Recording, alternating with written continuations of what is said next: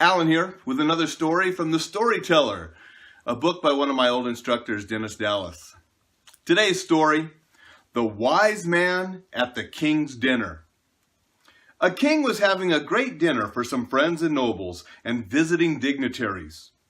He had heard there was a notable man within his village, a man of great wisdom. He sent word to the wise man that he would enjoy his company at the dinner. And of course, the wise man felt quite honored to attend the dinner. He left his house and journeyed to the palace.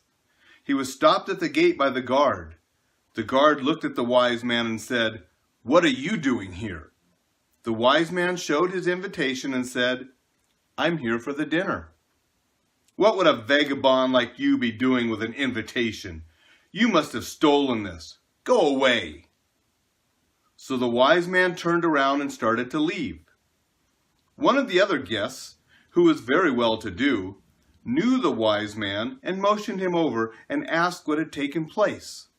The wise man explained. "Well," said the guest, "that's too bad. Just a moment, come with me. I have some clothes for you to wear that will not arouse the guard's suspicion." So he took him to his nearby house and gave him some fine clothes. Then they went back to the gate.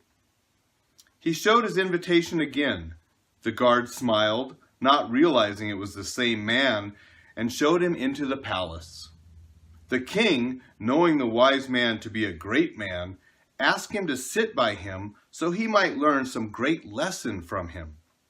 He was sitting next to the king during dinner when all of the sauces and gravies and different types of courses were served. The king directed everyone to start eating.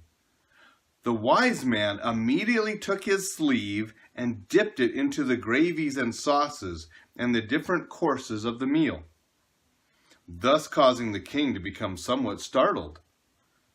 "What are you doing?" asked the king. The wise man looked at the king and said, "Before, when I was wearing my own clothes, I wasn't allowed into the meal. Now that I'm wearing these nice clothes, I was allowed in. It must be the clothes that were invited to the dinner, so I'm feeding them."